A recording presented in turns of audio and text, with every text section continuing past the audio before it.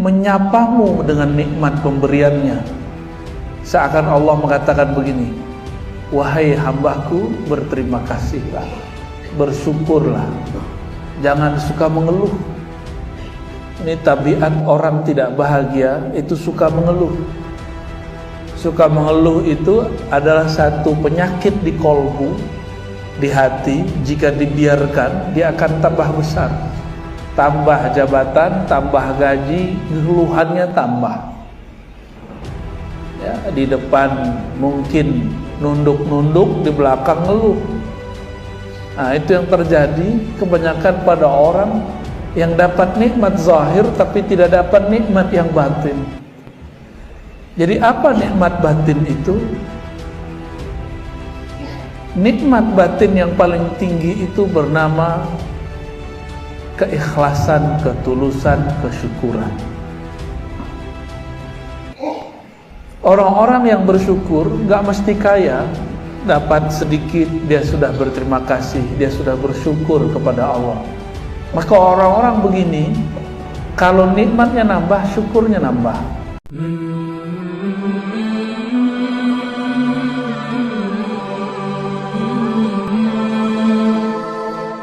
Allahumma salli wa sallim wa barik ala sayyidina Muhammad.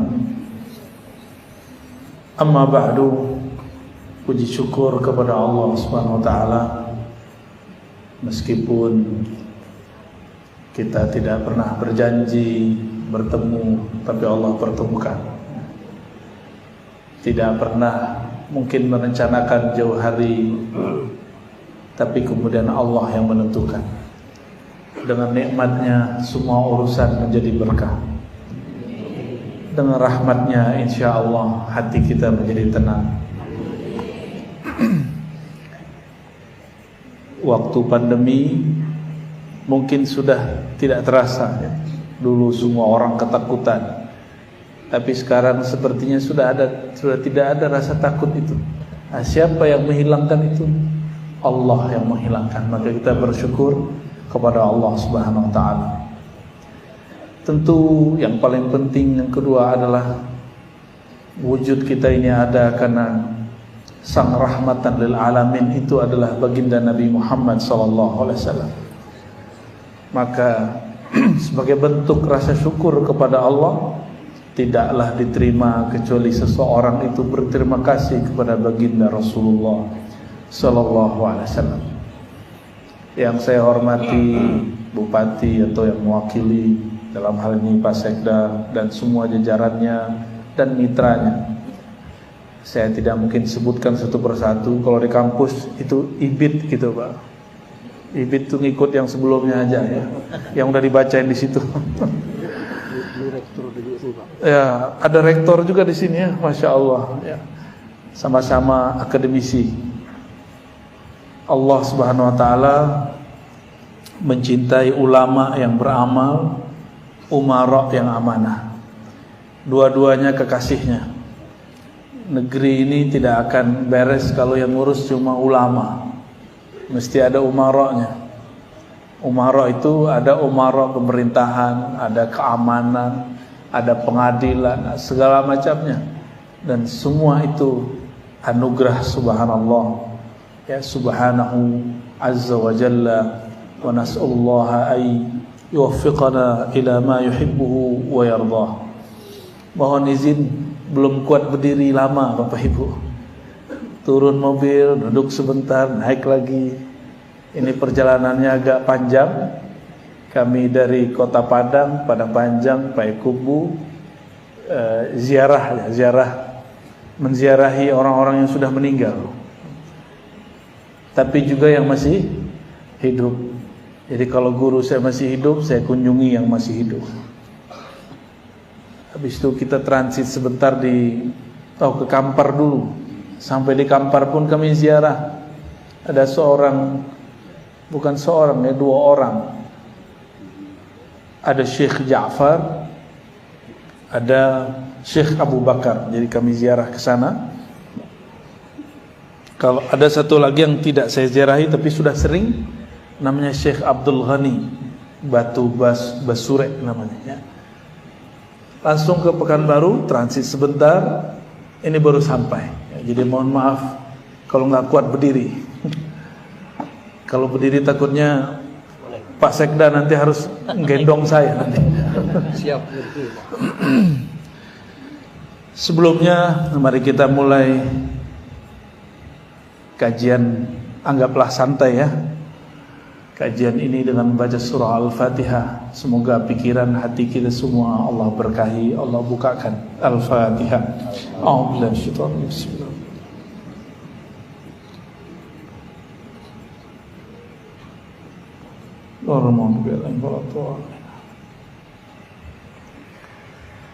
Bapak Ibu yang melakukan Allah, alim ulama, umara yang saya cintai, saya hargai. Kita sering membaca ayat ini, barangkali 17 rakaat setiap hari kita membaca ayat ini. Tapi sayang ayat ini hanya dibaca tapi kurang diresapi. Kita sering membaca ihdinas siratal mustaqim siratal ladzina an'amta alaihim, ya. Tunjuki kami ya Allah jalan yang lurus, jalan yang benar, jalan yang Engkau beri nikmat. Tapi karena didikan dari kecil barangkali kita sering mendengarkan bahwa kalau nikmat itu duit, nikmat itu jabatan, tunjangan, gaji, itu yang sering dianggap nikmat. Kita lupa kemudian ayat ini gak berbicara tentang nikmat itu. Ayat ini berbicara tentang nikmat yang lain. Ternyata nikmat itu ada dua jenis. Ada nikmat yang zahir, ada nikmat yang batin. Nikmat yang zahir itulah gaji, badan sehat, wajah rupawan, rupawati, pasangan yang baik, anak-anak yang soleh, soleha, tempat bekerja yang tidak jauh. Ini mohon maaf kalau tempat kerja Bapak, keluarga di sini Pak. Alhamdulillah. Kalau Bapak kerjanya jauh, Pak polisi juga sama. Keluarganya di sini ya. Imam, ada seorang imam kita di Makkah punya kitab, ditulis di kitabnya namanya Syekh Nawawi Al-Bantani. Kata beliau, salah satu cara mendapatkan kebahagiaan, nikmat bahagia adalah ayyakuna amaluhu fi baladi. Kerjanya enggak jauh dari rumahnya, kerjanya dekat, jadi dia enggak berpisah dari keluarganya. Jadi kawan-kawan kita yang karena perintah negara harus berpisah, ini perjuangan kebahagiaannya agak tinggi ya. Maka beruntunglah yang masih serumah ya. Yang enggak serumah dirumahin lagi ya. Nikmat-nikmat ini, nikmat jabatan, semuanya ini di dalam kitab Al-Hikam Ibnu Athaillah dikatakan Allah ingin menyapamu dengan nikmat pemberiannya. Seakan Allah mengatakan begini, wahai hambaku, berterima kasihlah, bersyukurlah, jangan suka mengeluh. Ini tabiat orang tidak bahagia, itu suka mengeluh. Suka mengeluh itu adalah satu penyakit di kolbu, di hati. Jika dibiarkan, dia akan tambah besar. Tambah jabatan, tambah gaji, keluhannya tambah ya, di depan mungkin nunduk-nunduk, di belakang ngeluh. Nah, itu yang terjadi kebanyakan pada orang yang dapat nikmat zahir tapi tidak dapat nikmat yang batin. Jadi apa nikmat batin itu? Nikmat batin yang paling tinggi itu bernama keikhlasan, ketulusan, kesyukuran.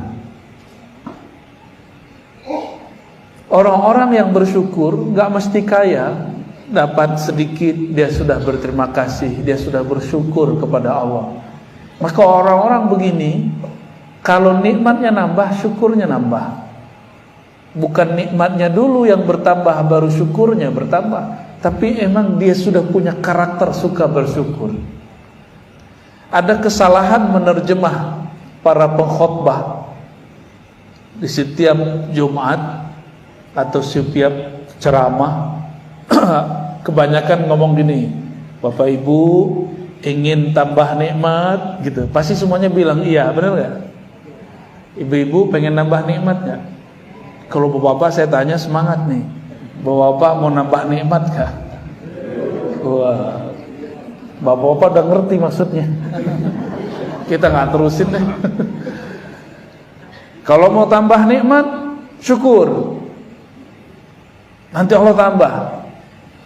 Ini yang begini, pengajaran begini itu gak paham ayat. Maksudnya apa? Jadi ada dua karakter orang bersyukur. Syukur berterima kasih bahasa kitanya. Ada yang berterima kasih karena diberi, bertambah pemberian. Ada yang berterima kasih, bersyukur karena zat yang memberi, karena sosok yang memberi. Belum nyambung ya? Ya, emang belum nyambung. Yang pertama, kalau tunjangan nambah, syukurnya nambah. Oh, ketemu Pak Sekda, siap terus. Di belakang, tunjangan nambah. Ternyata tunjangannya belum cair-cair 3 bulan. Nyuruh mulu. Tunjangan belum cair. Mulai ngeluh, mulai mengumpat. Ini karakter orang, mohon maaf ya. Saya kan juga kerja.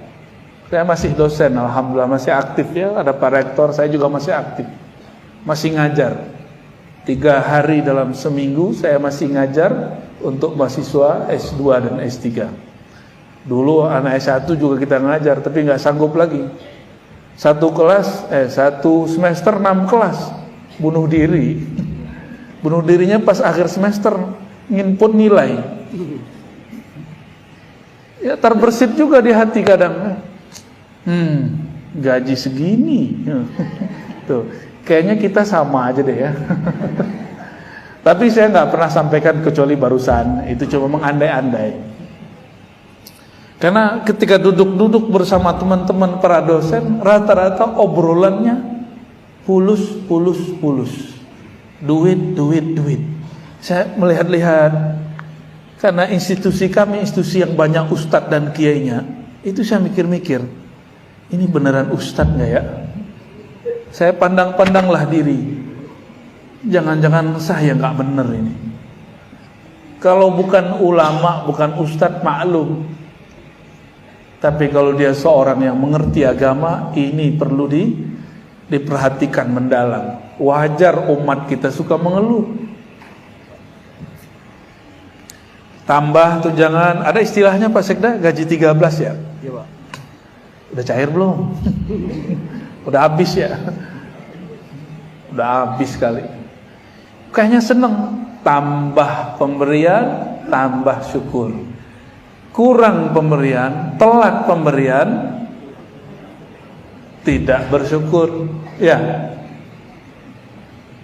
Jika ini karakter kita, berarti kita bukan hamba Allah yang sempurna, yang total.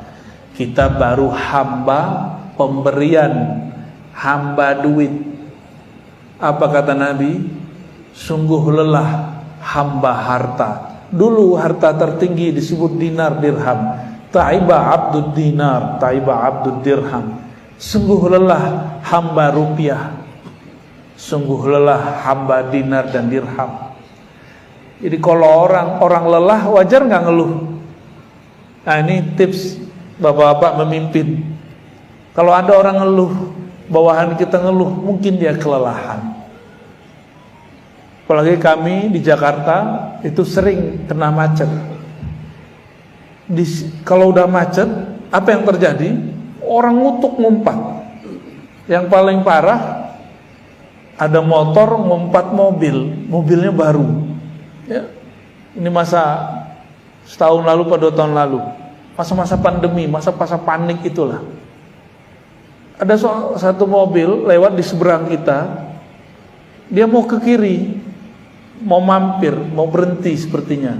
Motor ternyata mau masuk, tidak dapat jalan, motornya turun, dia kemudian berteriak, dia pukul-pukul itu mobil. Apa kata dia? Lu sok kaya, ngeredit juga gitu. Yang punya motor sombong. Apa kata dia kepada yang punya mobil? Ngeredit juga. Ini sudahlah miskin pakai motor, sombong lagi sama yang punya mobil. Gimana? Ada yang begitu nggak? Ada ya.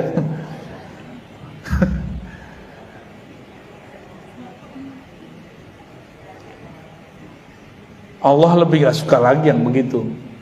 Udahlah miskin, belagu ya. Udahlah miskin gaya, udahlah miskin ngumpat. Nah itu dia. Kita nggak tahu juga apakah yang punya motor itu miskin-miskin amat atau miskin sekali ya. Bapak Ibu yang mengasihi Allah, itu orang karakter dikasih baru seneng,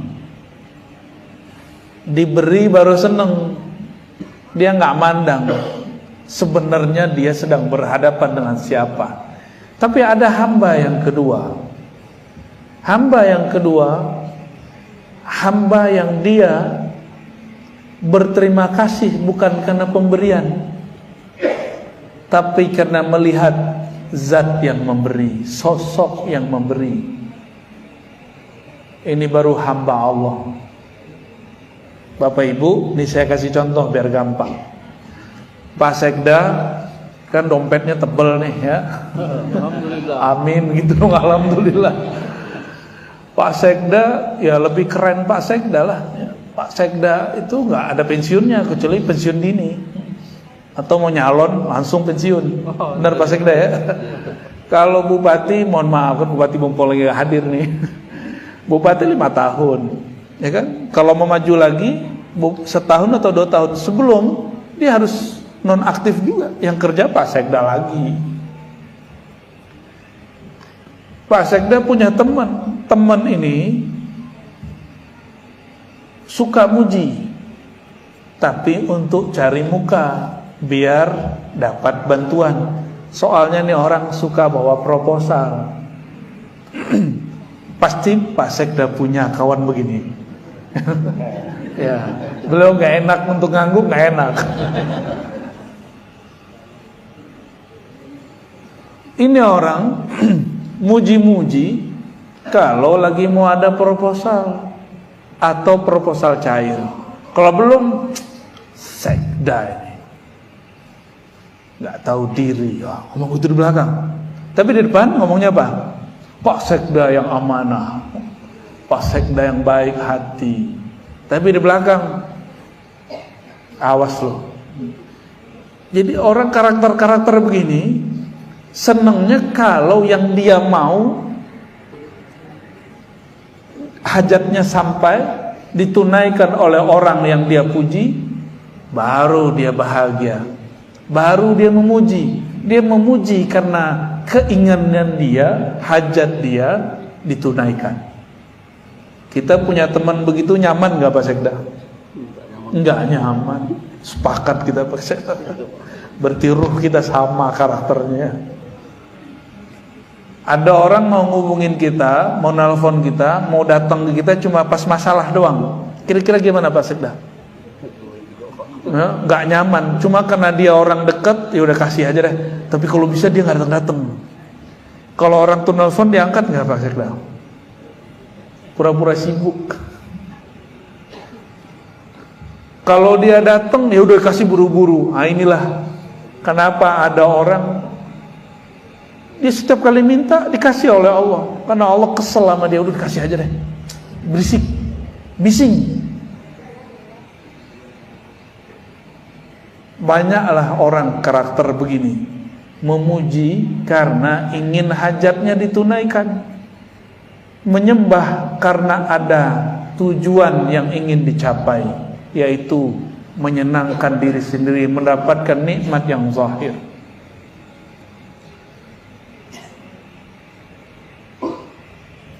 Lain dengan hamba yang kedua.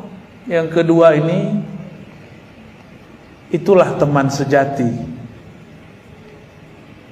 Dia tidak memuji karena ada hajat. Dia tidak hanya datang pas ada proposal. Dia ada kapanpun kita mau. Bahkan di saat kita kemudian memerlukan orang-orang yang lebih dari itu, dia selalu ada. Bahkan di saat kita ada aib, semua orang meninggalkan, dia ada sama kita. Di saat kita ada masalah, dia selalu ada sama kita. Orang begini, itu yang disebut dengan dalam bahasa Arab shadiq. Shadiq itu teman sejati, teman yang membenarkan hati kita. Tapi siapakah teman sejati itu kalau bukan Allah Subhanahu wa ta'ala? Bapak Ibu punya kawan, bongkar aibnya, pasti kawan itu ditinggal. Benar gak? Ada kawan, aib dia, kejahatan dia terbuka, dia sudah ngaku, tapi kita tinggal dia. Lain dengan Allah. Allah Subhanahu wa ta'ala tahu bagaimana bejatnya akhlak kita, tahu bagaimana culasnya kita, tahu bagaimana pemaksiatnya kita. Tapi ketika kita datang kepadanya, Allah tidak pernah meninggalkan. Apa buktinya Allah tidak pernah meninggalkan? Nggak ada orang, istilah kami di Sumatera Barat, mati tagak, ada nggak? Tiba-tiba pas berdiri mati gitu, nggak ada. Allah itu nggak begitu caranya menyikapi hamba. Maka dalam kitab Hikam dikatakan, jika engkau tidak menyadarinya, mengenalinya dalam pemberian nikmat, maka Allah akan menegurmu ketika nikmat itu dicabut. Nah, pilih sadar nikmat ada atau sadar nikmat tiada. Sadar saat masih aktif bekerja, masih sehat badan, atau sadar saat berpensiun, atau diberhentikan secara tidak hormat, atau sadar saat sakit. Pilih mana? Sadar saat sehat, sadar saat aktif. Itu yang kita pilih. Jadi intinya bukan pemberian itu, bukan nikmat itu yang paling inti, tapi kita sadar bahwa kita sedang diberi oleh Allah Subhanahu wa ta'ala. Bapak Ibu yang bukan Allah, Allah itu maha pencemburu, lebih pencemburu daripada pasangan muda yang baru menikah. Sangat pencemburu. Sangat cemburunya Allah. Allah tidak rela jika kita dapat nikmat yang kita bayangkan bukan Allah. Kita dapat nikmat yang kita bayangkan, ini saya dapat nikmat dari fulan, saya dapat jabatan ini karena si Anu gitu. Saya dapat nikmat ini karena si fulan. Jika terfikir masalah ini, Allah cemburu. Ibu-ibu kalau agak galak dikit cemburu, itu yang dicemburui dilabrak deh Bu ya. Ibu tahu nggak dilabrak? Tahu ya. Ini istilah hari-harian kayaknya nih Pak Sekda dia. Kekasih kita, pasangan kita dekat sama si fulan, fulana. Kita cemburu. Yang kita hajar si fulan fulana itu, si Anu itu. Itu namanya ngelabrak dia. Allah lebih cemburu apabila yang membuat kita kemudian berpaling dari Allah itu nikmatnya diambil. Apabila yang membuat kita lalai itu jabatan itu Allah ambil. Maka selama masih ditegur oleh Allah, berarti Allah masih sayang. Jika sehat itu yang membuat kita lalai, sehatnya diambil. Jika berkawan berkuasa itu yang membuat kita lalai, berkawan berkuasa itu Allah ambil nanti.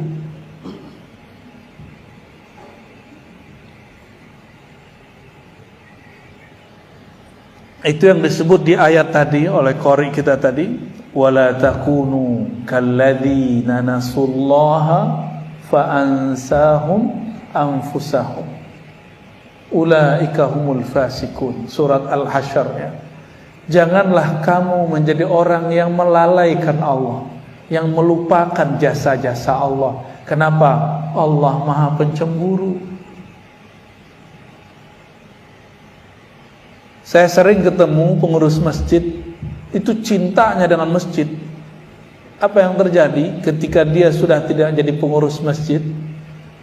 Jasanya masih ada, yaitu masjid direnov, diperbaiki.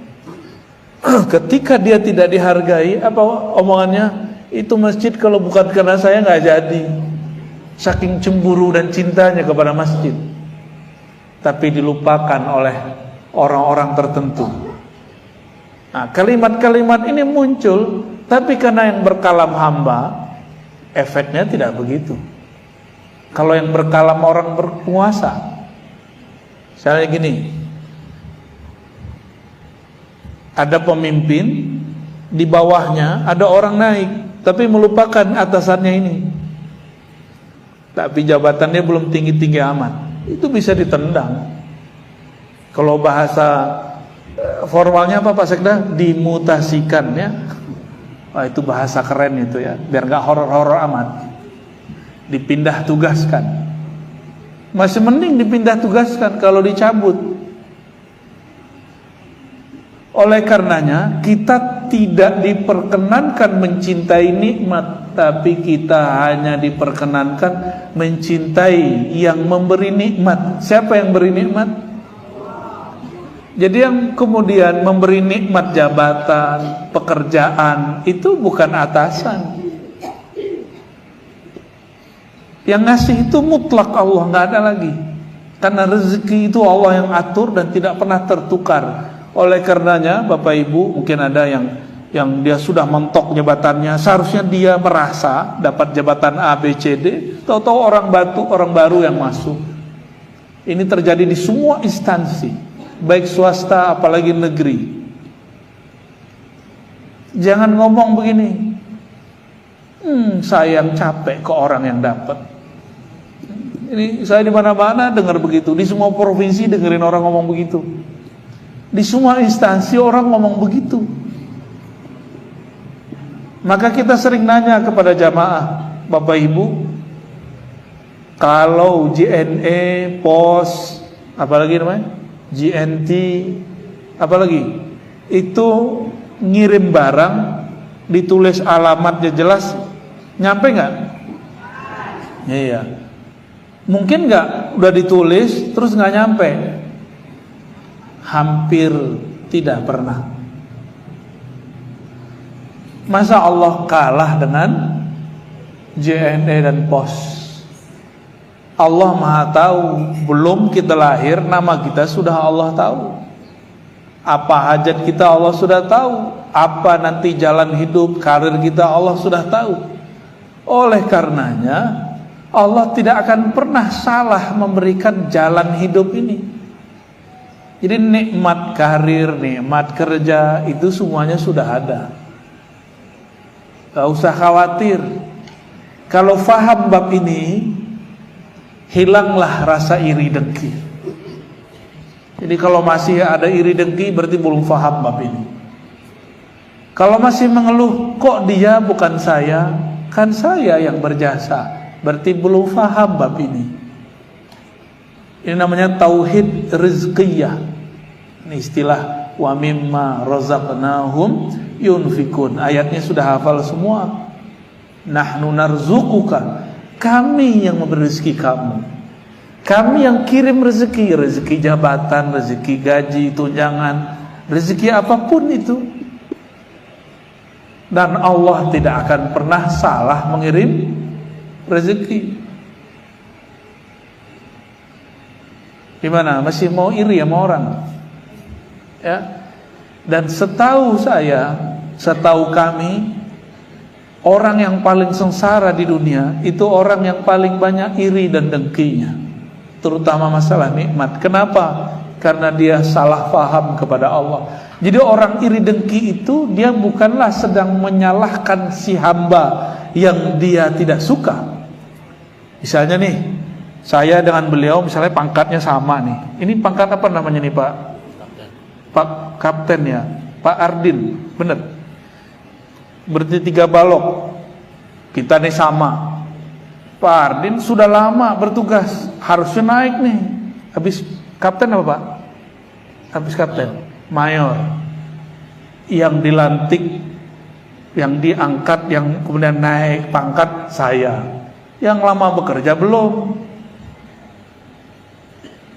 Kalau beliau mengikuti was-was kolbunya jiwanya ngomong begini, saya yang lama tugas, kok orang baru yang.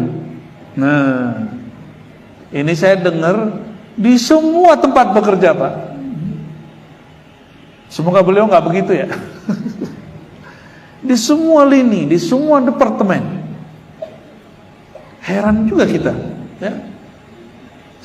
Awal saja ngomong begitu, siap-siap mulai hati sengsara, mulai kerja gak nyaman, mulai hati kemudian sempit.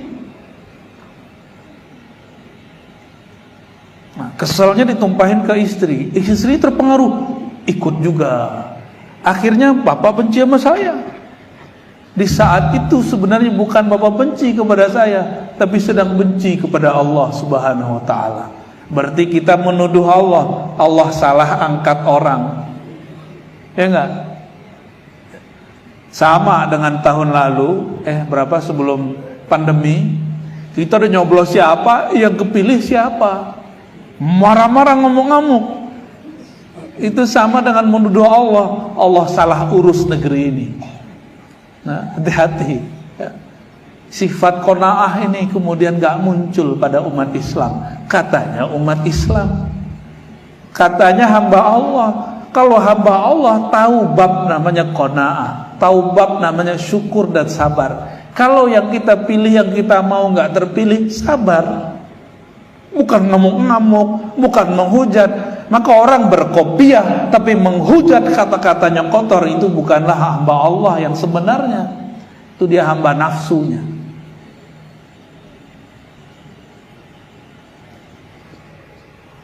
Kok jadi serius Bapak Ibu? Iya, 2 rius 3 rius. Maaf ya Bah ya.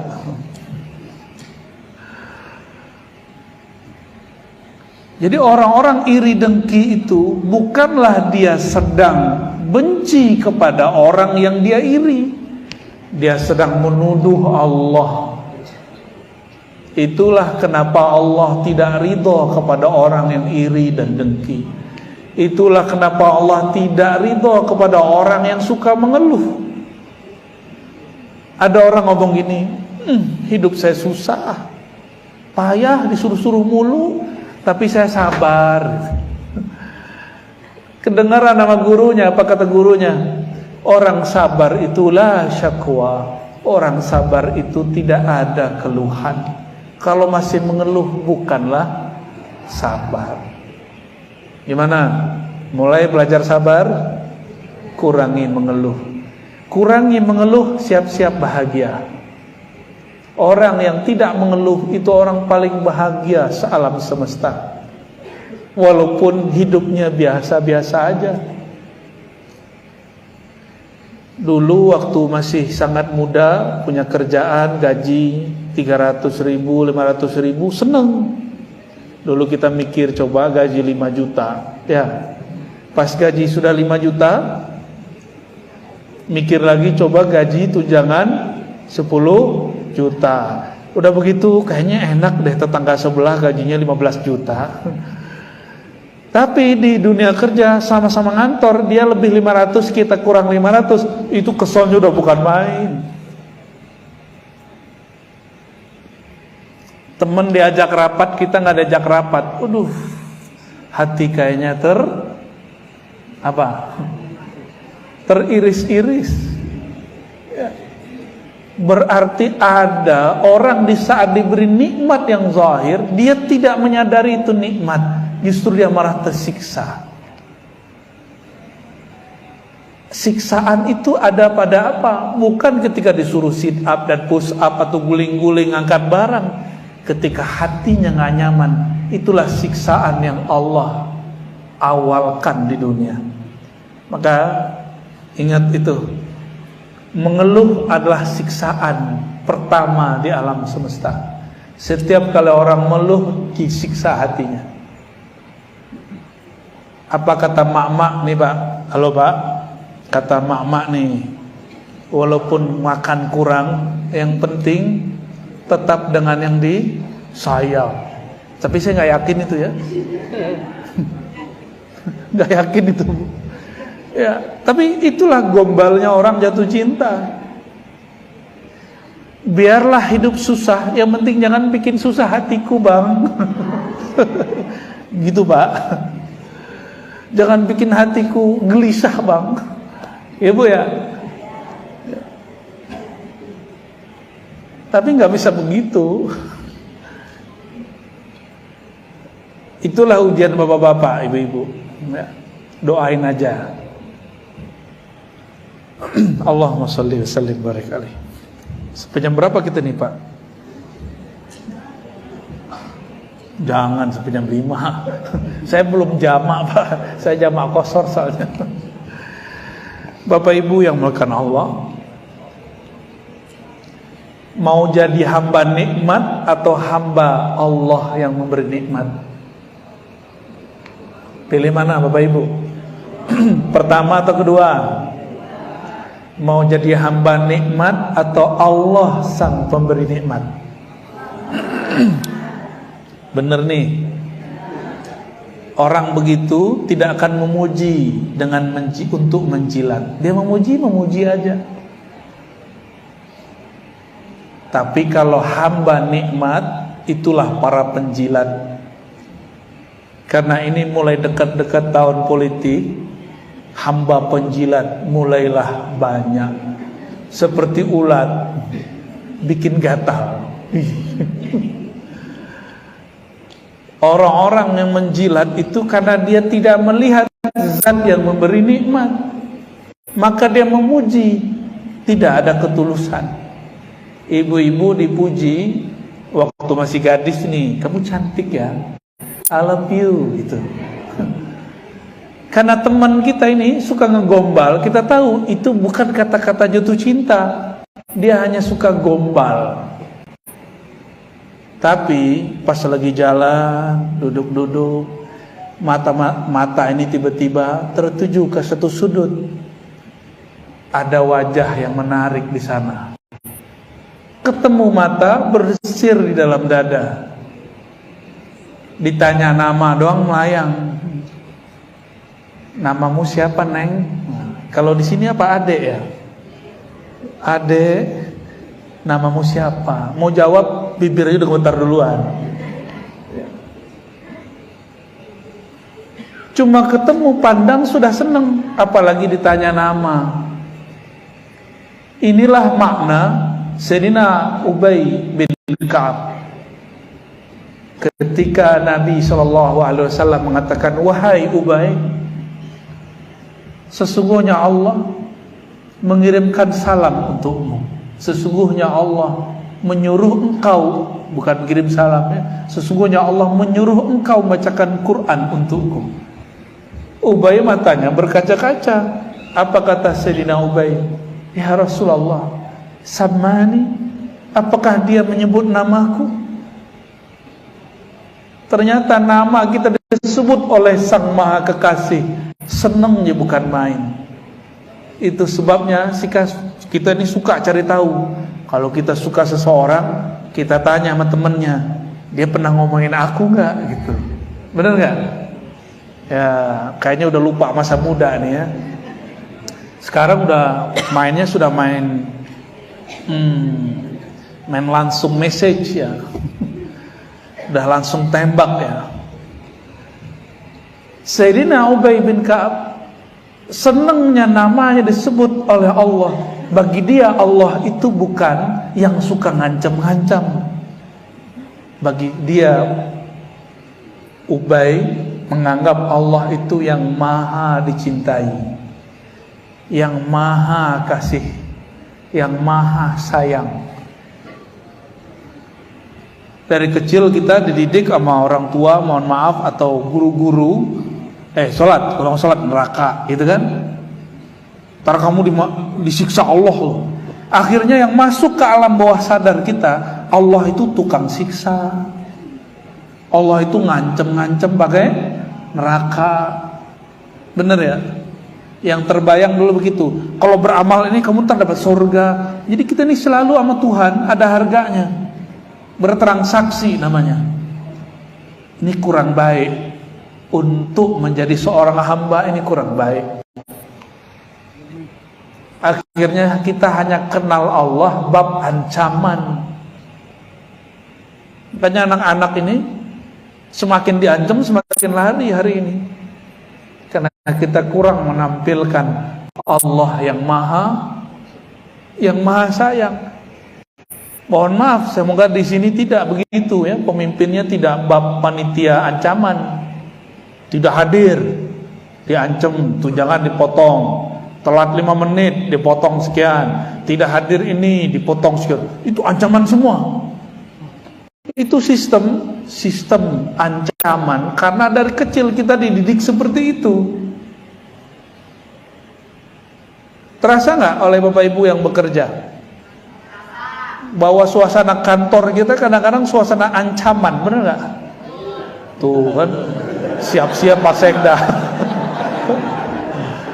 Intinya di Pak Sekda ini mau bupatinya ganti 1000 kali ya.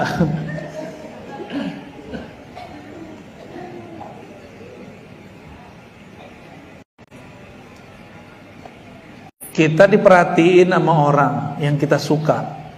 Apa yang kita lakukan? Kita siap-siap, bajunya dibagusin, wajahnya di kalau perempuan dibikin cantik, kalau laki-laki dibuat gagah. Sama, ada orang kita nih sungkan, takut ketemu seseorang, maka baju dibagus-bagusin, penampilan pun dibagus-bagusin. Caranya sama, tapi rasanya berlainan. Yang satu penuh bahagia, yang kedua khawatir. Ada rasa-rasa kayak tadi, terancam. Pilih hidup yang mana? Yang pertama atau yang kedua? Ya.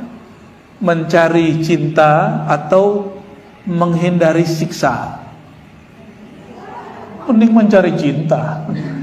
Karena cinta itu obat semua siksaan, Bapak Ibu.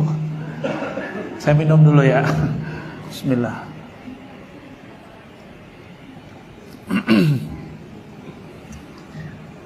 Pernahkah kita dulu ingin ketemu seseorang? Saya sama Pak Sekda aja deh. Mumpung kan gak ada yang berani candain Pak Sekda, kecuali Ustadz, ya gak? Pak Sekda dulu kalau mau ketemu kekasih, wajahnya diginiin gak? Dirapikan ya Pak ya? Iya, rambutnya diapain? Yo, padahal gak nambah apapun. Bajunya ya. Supaya apa? Karena orang yang disuka Pak Sekda memandang zahirnya dulu, baru mandang batinnya. Benar gak? Iya, kayak mantan aja. Ini bukan mantan Pak Sekda kan? Nah,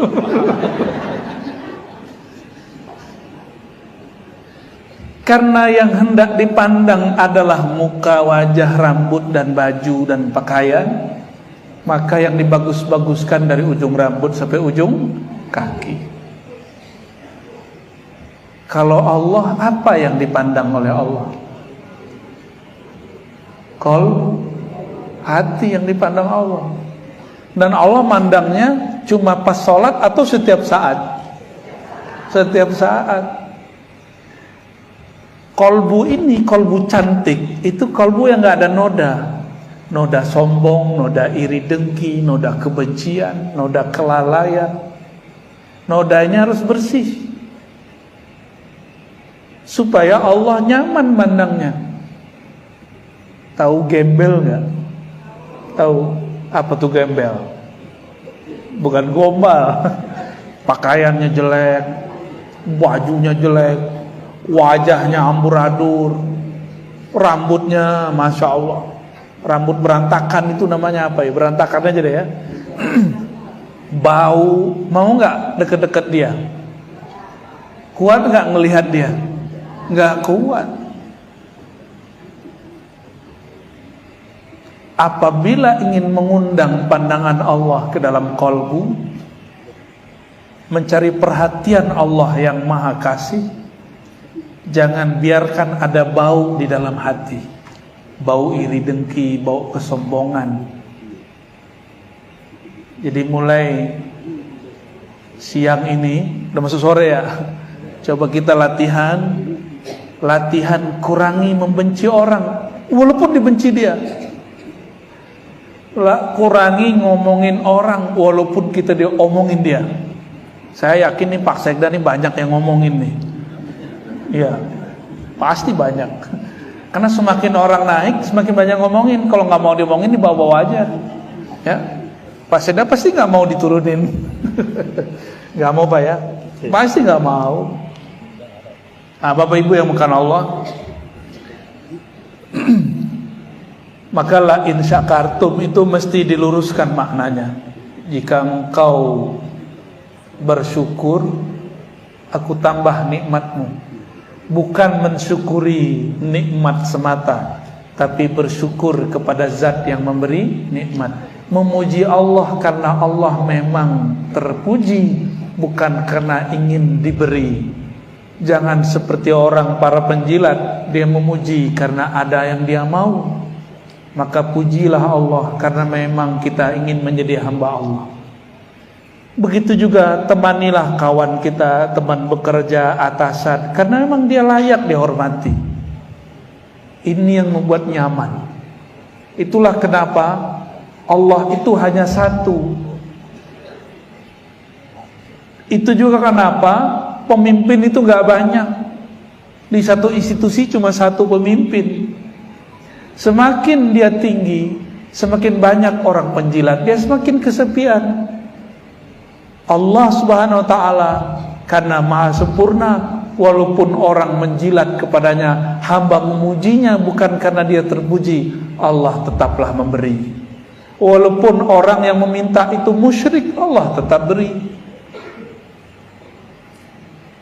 Maka yang membedakan kita yang sudah berislam, beriman, berihsan, satu saja. Kita menyembahnya bukan karena ada mau apa-apa, kecuali hanya ingin menjadi hamba Allah Subhanahu wa taala. Bapak Ibu yang bukan Allah, marilah kita tutup ini dengan muhasabah, istighfar, minta ampun kepada Allah. Karena tahun ini sudah berakhir. Kalau di dunia kerja tentu nanti buka lembaran baru. Kita bacakan Al-Fatihah untuk masa lalu dan masa depan kita. Semoga Allah mengampuni kesalahan masa lalu, menyempurnakan kebaikan yang sudah ada untuk masa depan. Al-Haziniyah ila hadratin nabiyina Muhammad sallallahu alaihi wasallam Sayyidina al-Mustafa. Al-Fatihah.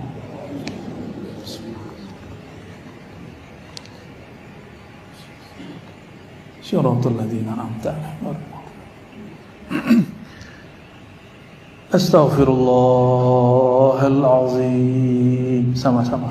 Astaghfirullahalazim. Ikuti. Ya Allah. Baca sama-sama. Ya Allah, ampuni dosa pandanganku. Ya Allah, ampuni dosa pendengaranku. Mata ini pernah memandang yang haram. Pendengaran ini suka mendengarkan aib orang.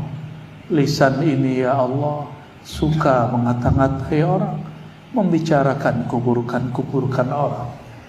Astaghfirullah, astaghfirullah. Ya Allah, ampuni dosa tangan kami, kaki kami, perut kami, kemaluan kami, dosa yang kami simpan dari ujung rambut, ujung ubun-ubun sampai ujung kaki. Allahumma ya Allah, pegang dadanya. Di dalam dada ini ada Allah simpan singgasana kalbu. Pegang dadanya ya Allah, ampuni dosa kalbu kami, ampuni dosa hati kami. Ya Allah, ampuni dosa, kami masih membenci hamba-Mu. Ampuni ya Allah, dosa merasa lebih tinggi daripada makhluk-Mu. Ampuni ya Allah, karena kami kurang mensyukuri nikmat-Mu. Allahumma ya Allah, di dalam hati kami, di dalam dada kami ya Allah, masih ada rasa iri kepada hamba-Mu. Maka semenjak saat ini ya Allah, obati kolbu kami ini ya Allah. Sembuhkan dada kami dari iri dan dengki ya Allah. Bayangkan jika ada orang yang kita benci, bayangkan dia pegang dadanya, dada kita semua. Katakan ya Allah, ya Allah, ampuni dosa kami masih benci kepada hamba-Mu. Maka dengan rahmat kasih sayang-Mu ya Allah, cabutlah rasa benci ini dari dadaku. Cabutlah dengan kelembutan ya Allah. Jika masih ada keluhan di dada kami, hapuslah keluhan ini ya Allah. Jika masih ada luka di hati, obatilah dengan kasih sayang-Mu ya Allah. Lepaskan tangannya. Astaghfirullah. Astaghfirullah, astaghfirullah. Ya Allah, kami pernah menyimpan maksiat yang tidak kami sadari ya Allah. Yaitu kadang-kadang kami menyakiti orang tua kami ya Allah, kurang menghargai kawan dan tetangga ya Allah. Mereka tersinggung tapi kami tidak merasa menyinggungnya ya Allah. Ampunkan dosa kata-kata yang tidak kami niatkan ini ya Allah. Allahumma ya Allah ya Rahman Rahim, angkat tangannya ya Allah. Ighfir lana dhunubana wa liwalidina warhamhum kama rabbawna shighara. Ya Allah yang Maha tahu semua dosa-dosa kami, semua aib kami, ampunkan semua dosa kami. Ya Allah, Nabi-Mu mengatakan satu dosa, satu noda dalam kolbu. Maka ya Allah, dengan cahaya-Mu, dengan nur-Mu, bersihkanlah noda-noda dalam kolbu kami. Terangilah kolbu yang gelap karena dahulu durhaka kepada Engkau. Allahumma ya Allah, ya Nur, ya Nur.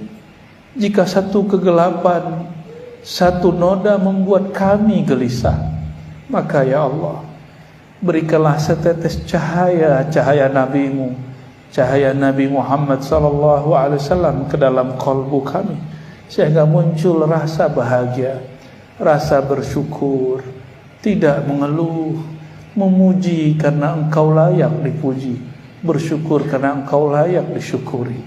Allahumma ya muqallibal qulub, wahai yang membolak-balik hati kami, jika Engkau akan mengubah isi hati kami ya Allah, janganlah ubah menjadi jahat ya Allah. Ubahlah kolbu kami menjadi lebih taat ya Allah. Ubahlah kolbu kami yang penuh dengan kegelapan menjadi cahaya ya Allah. Penuh kejahilan menjadi keilmuan, pengetahuan yang melimpah ruah ya Allah. Allahumma ya Allah, Nabi Engkau mengatakan, jika kolbu baik maka baiklah seluruh tubuh, jika kolbu jahat maka jahatlah seluruh tubuh. Maka dengan keagungan-Mu ya Allah yang maha sempurna, perbaikilah kolbu kami yang rusak, sembuhkanlah hati kami yang sakit. Allahumma ya Allah, Nabi Engkau mengatakan ya Allah, ad-dunya sijnul mu'min, ta'iba abdud dinar. Dunia ini adalah penjara bagi hamba yang percaya kepada Allah. Tapi ya Allah, kami terlalu menikmati dunia ini ya Allah. Mungkin iman kami melemah ya Allah. Maka dengan cahaya dari-Mu ya Allah, kuatkan iman kami setiap hari. Allahumma ya Allah, Nabi Engkau mengatakan, sungguh lelah, sungguh sengsara menderita hamba-hamba harta, hamba-hamba jabatan, hamba-hamba dunia, hamba dinar dan dirham. Maka ya Allah, izinkan dunia di tangan kami, tapi hanya Engkau yang ada dalam hati kami. Allahumma ya Allah Rabbana atina fid dunya hasanah wa fil akhirati hasanah wa qina adzabannar. Ya Allah, berikan kami kebahagiaan di dunia dan di akhirat. Berikan kebahagiaan untuk negeri ini, untuk para ulamanya dan umaranya, pemimpinnya dan para guru-gurunya, orang-orang yang bekerja, para pegawainya, orang-orang yang menjaga keamanan negeri ini. Berikan keamanan juga di dalam hatinya. Allahumma ya Allah, bahagiakan kami umat yang menyembah Engkau dimanapun berada. Allahumma ya Allah, dan berikan syafaat kami di dunia dengan husnul khatimah, di akhirat dengan mudah memasuki jannahmu, surgamu. Wa sallallahu ala sayyidina Muhammad wa ala alihi wa sahbihi wa baraka wa sallam. Walhamdulillahi rabbil alamin. Demikian dari kami, semoga bermanfaat. Mohon maaf salah dan kurangnya. Salam ta'zim untuk semuanya. Assalamualaikum warahmatullahi wabarakatuh.